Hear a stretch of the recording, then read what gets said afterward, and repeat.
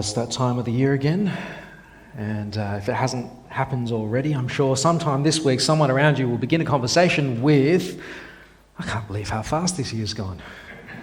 That's the talk of school pickup and that and the smoke this week.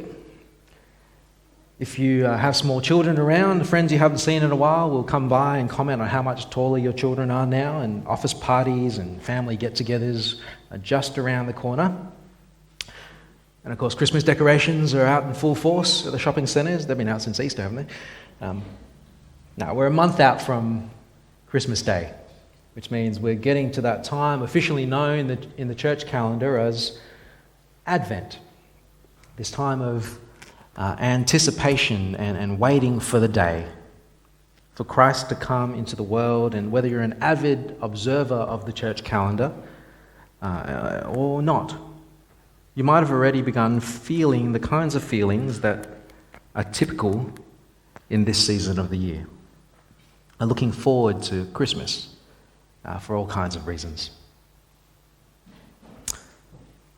Maybe one of the things you're looking forward to is a break in the normal mill of things, just the period of forced shutdown at work or a break from school. Maybe you've got some holidays planned, maybe even some travel or a quick trip up the coast, so you can't wait till Christmas. Or maybe, like so many little people around Christmas time, one of the things you're waiting for is your presents for this year.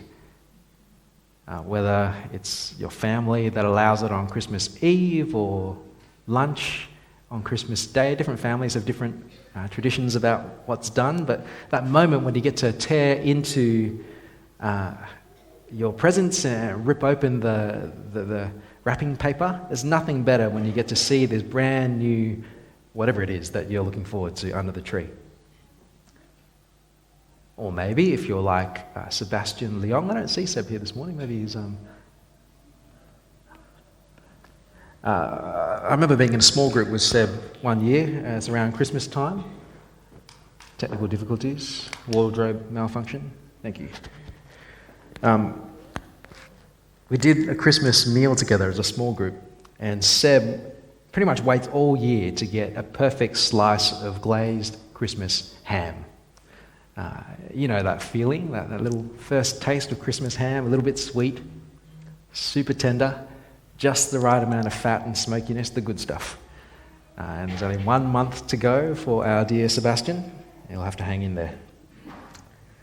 But right now, in this last week of November, for now we wait.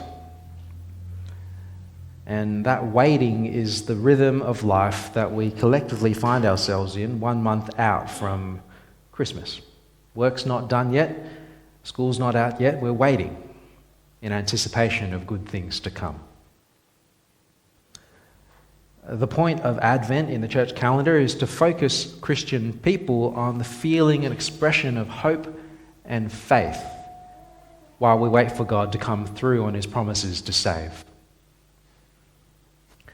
Hope is such an important thing. It helps us address our doubt and our tendency to get distracted.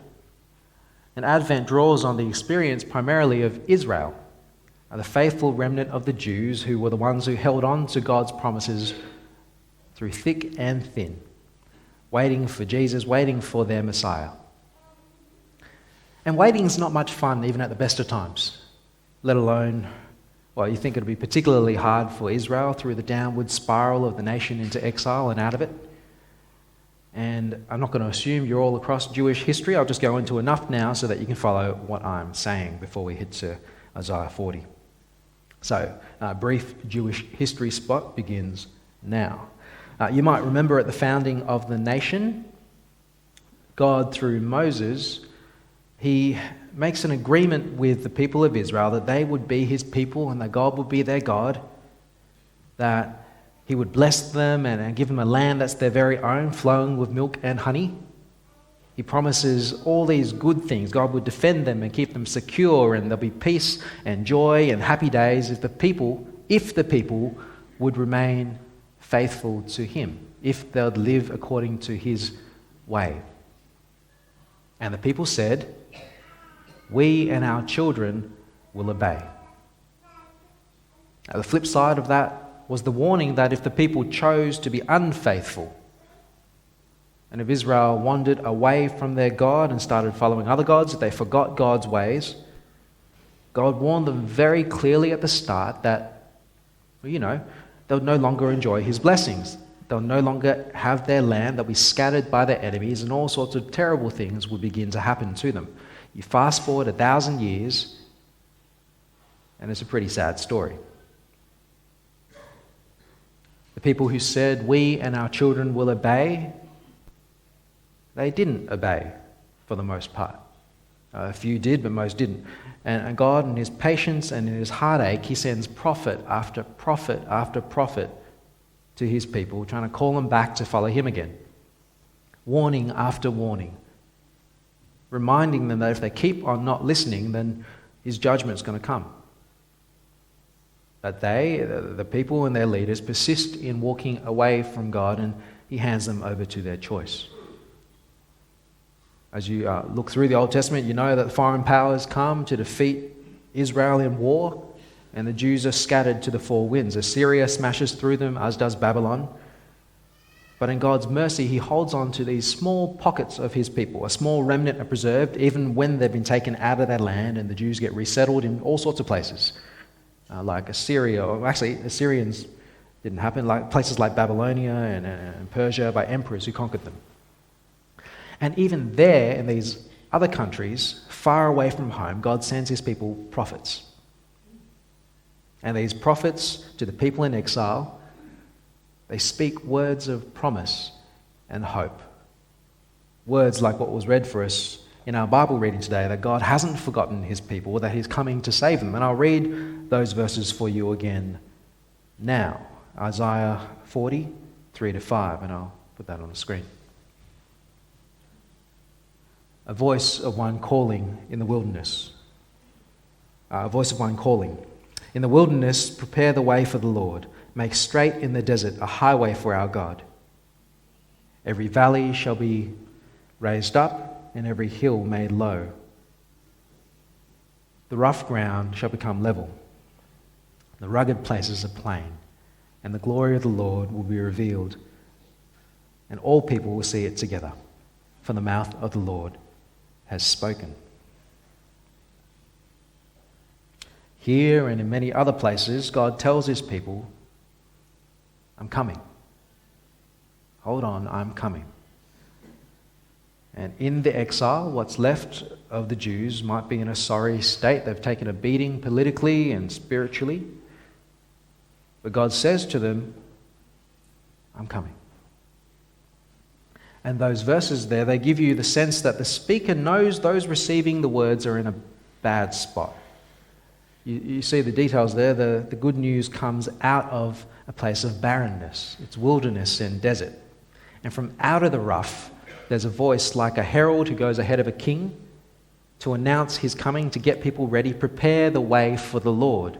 Lay down a highway, straight, flat, and direct for him to come through.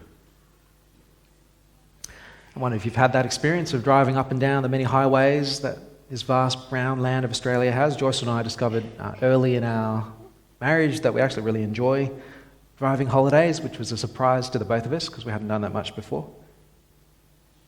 It's coming up to 10 years now. We've done plenty of kilometres between us, exploring all these different towns that we have in Australia, the different cities that are linked.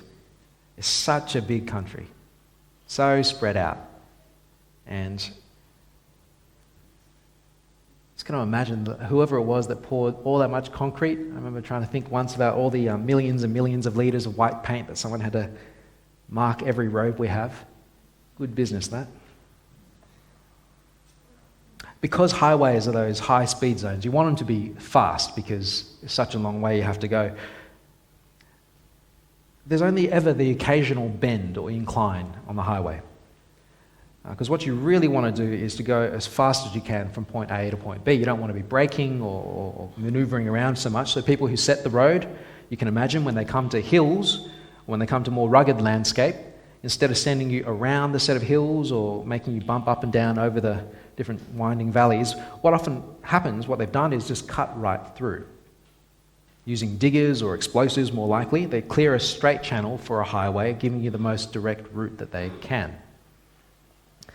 And this is the sort of terraforming that you sort of see in Isaiah 40, verse 4. Every valley shall be raised up, every mountain and hill made low, rough ground shall become level, the rugged places as a plain. Who's the road for? It's for God, because he's coming. Him in his glory, and everyone is going to see it, says the prophet to a people in exile. God is coming to save. And while that's a message of glorious hope, I think that message would have been hard to believe if you were one of those Jews living in the middle of a foreign country, having lost a war, being occupied by a foreign power. Because put yourself in those shoes, if all you have to go by were the external circumstances that you can see, it's clear that God is not here. And for significant periods of Israel's history through the exile, the temple lay in ruins, the priesthood was a sham, the law and the scriptures were forgotten by most people, and your average Jew, while they might have some familiarity with the promises of a Messiah, I wonder how much of that would sit in the forefront of your minds from day to day. I wonder even if Isaiah's words here, when they first fell on the ears of the original hearers, whether they would have accepted this promise with excitement or whether they had real doubts about whether this was ever going to happen. Because there was a lot of time between when Isaiah wrote this and when Jesus came onto the scene. There was a lot of waiting, including a period of about 400 years when there's no prophets and no message from God to the people, and every bit of divine revelation seems to have dried up. What do you do then as a Jew in exile, having not heard from God a fresh word for 400 years? Generations and generations of people just trying to make do in a tough environment before Jesus comes all of a sudden to shine his light into the darkness. But before he comes, generations come and gone with no hint that the promise, like we have in Isaiah, would ever be fulfilled. Here ends the Jewish history overview portion of my talk for today. What's that got to do with us? Why do I bring it up?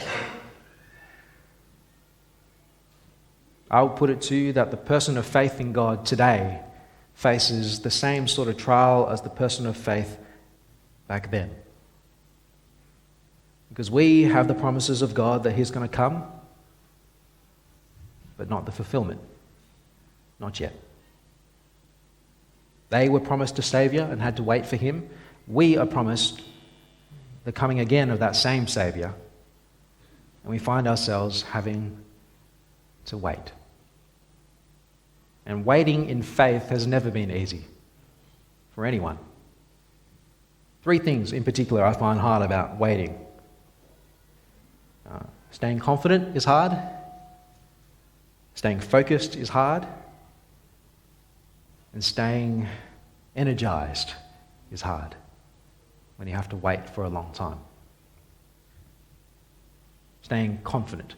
Particularly if I'm waiting for someone for a long time and they're not showing up, one of the things I start questioning the longer I have to wait is, are they going to come at all? What's a reasonable amount of time to be waiting for someone to meet you on a date before conceding that perhaps you've been stood up? Of course, these days you just call the person up on the phone and ask them where they are, but imagine you had 0 reception. How long do you wait? I think I've told this story before, so some of you may know it. About the time I got stood up once by this girl I had a crush on, year 11, year 12, I think. Carlene and I worked at the same after-school tutoring centre for kids who can't read good. She was much smarter than me. She was a James Roos person. But I always got to work before she did, and so I'd be seated by the time she comes in and waltz past my desk to where she was sitting. She always wore this distractingly nice-smelling perfume. Or maybe I'm just remembering things through rose-coloured glasses. It took me about a term of working together before I worked up the courage to ask her out on a date. And to my surprise, she said yes. She agreed to meet me on the steps of Penno Library Friday night, 6 o'clock. Because that's what you do. We're going to go into the city. It's 6 o'clock, Friday night, time's come, I'm all ready, she's not there. No biggie, 6:10, still no sign of her. I'm thinking she's probably just running fashionably late, because that's what you do. 6:20 and I'm starting to feel like a bit of an idiot. I wasn't a very confident kid when it came to relationships, and my thought space was all at that 6:20 past. I was thinking, I knew it was too good to be true. She wasn't ever going to come, was she? Why would she want to go out with me anyway? She said she'd be here, but she's not here, is she? She's not coming. What kind of a person does that to someone anyway?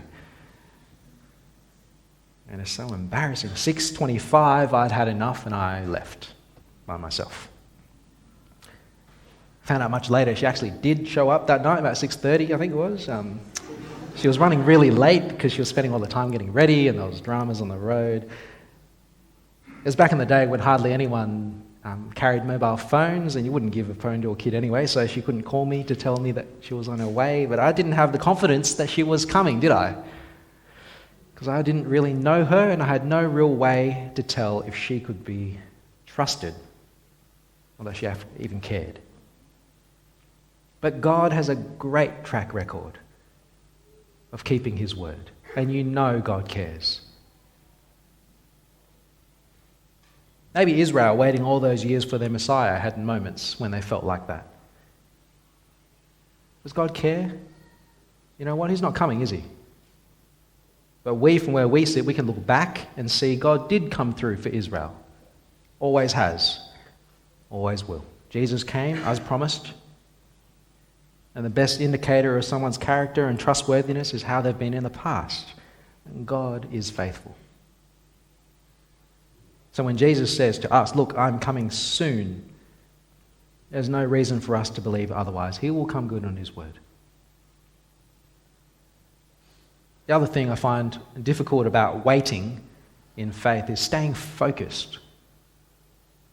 Yes, we trust our God, but to stay focused on waiting is, well, our world, if you haven't noticed, is a pretty distracting place.